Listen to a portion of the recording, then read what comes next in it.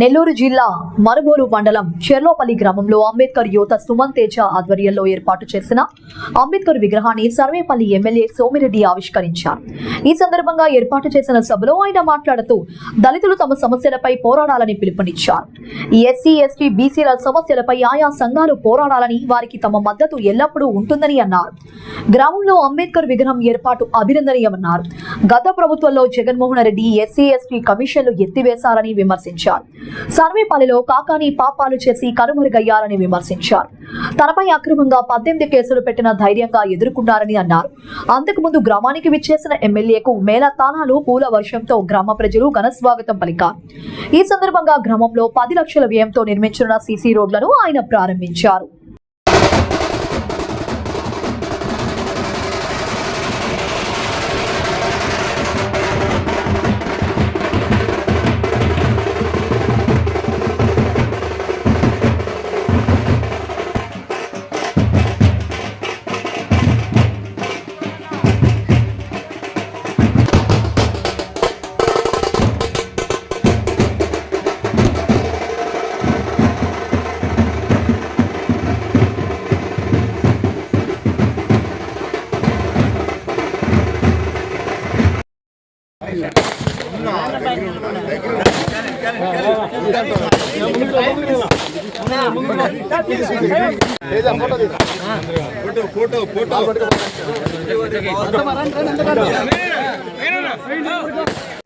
ఆ కుటుంబానికి అప్పుడు న్యాయం చేసి ఆమెకి 2-3 ఎకరాల పొలం ఇచ్చారు అనుకుంటా, తెలిసి 3 ఎకరాల పొలం ఇచ్చారు. ఆమెకు ఉద్యోగం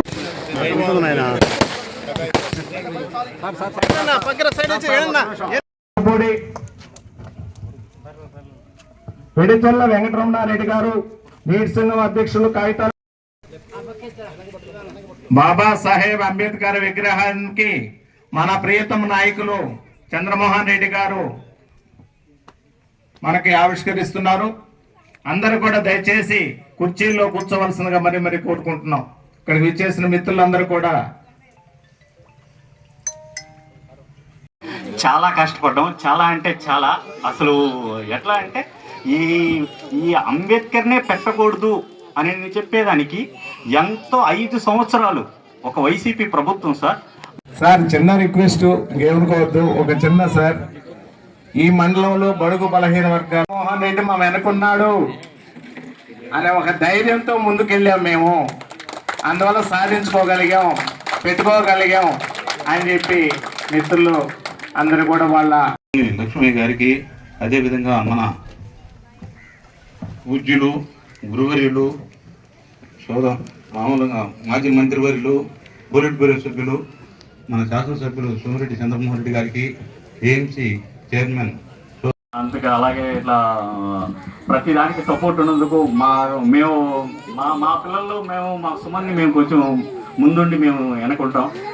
అతనికి మీరు వెల్విషగా ఎప్పుడు ఉండాలని దగ్గరగా అన్ని కోరుకుంటాం చెప్పేసి అనుకుంటా ఉన్నాము. ఇక్కడికి వచ్చిన తర్వాత లాస్ట్ ఇంటికి వెళ్ళాను, నాకు బాగా లేకుండా వచ్చింది. కరోనా టైంలో పాజిటివ్ వచ్చింది. సో దాని తర్వాత ఒక 3 పంచాయతీలు తిరగలేకపోయినా. సభాధ్యక్షులు శ్రీ లక్ష్మణ గారికి, అదేవిధంగా ఈ కార్యక్రమానికి ముఖ్య విశిష్ట అతిథిగా విచ్చేసిన గౌరవ మాజీ మంత్రివర్యులు